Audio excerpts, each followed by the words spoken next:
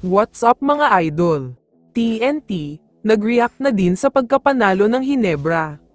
Pero bago mo sana ipagpatuloy ang panonood mo, ay huwag mong kalimutan na mag-subscribe bilang suporta sa aking YouTube channel. Maraming salamat idol!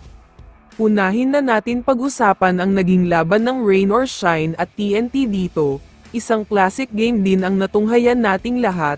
Buong serye ay mainit ang mga naging laban kaya masasabing one of the best talaga ito. Sa first half ay palitan ng puntos ang nangyari. Meron part na nakakuha ng 6-point lead ang TNT, pero agad naman makakasagot dyan ang Rain or Shine kaya sila pa ang may 6 na puntos na kalamangan dito. Ang third quarter naman ay para sa Rain or Shine, dahil kung hindi ako nagkakamali ay umabot sa almost double digit ang kalamangan nila. Pero ito na pala ang huling beses na makakakuha sila ng kalamangan. Nagkaroon kasi sila ng fourth quarter collapse, 16-2 run ang ginawa ng TNT, wala nang nagawa pa ang Rain or Shine, kaya naman buhay na buhay pa ang Grand Slam dream ng TNT dahil advance na sila sa finals. Samantala, trending at pinag-usapan talaga sa buong Pilipinas ang naging sagupaan ng Barangay Hinebra at San Miguel Beermen.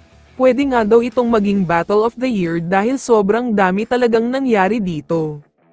Pero syempre ang pinaka ng ibabaw talaga dyan ay ang never say die attitude ng Barangay Hinebra, dahil 3 beses silang nalamangan ng double digit, pero nakuha pa nilang nanalo dahil sa never say die battle cry nila.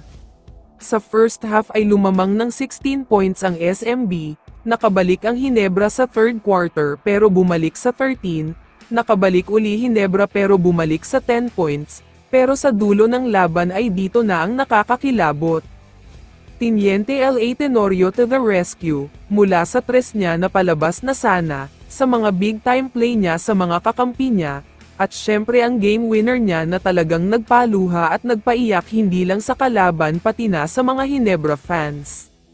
Kaya naman mismong TNT ay napariyak din sa ginawa ni Tenorio. Ayon sa kanila ay pati daw sila ay nakaramdam ng goosebumps at pangingilabot sa ginawa niya, hindi daw nila inaasahan na sa kanya pa magmumula ang game winner.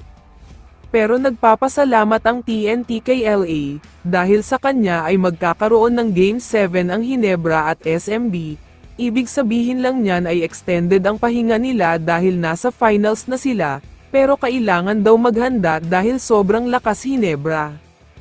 Kaya naman kung ikaw ang tatanungin idol, ano ang masasabi mo sa balitang ito?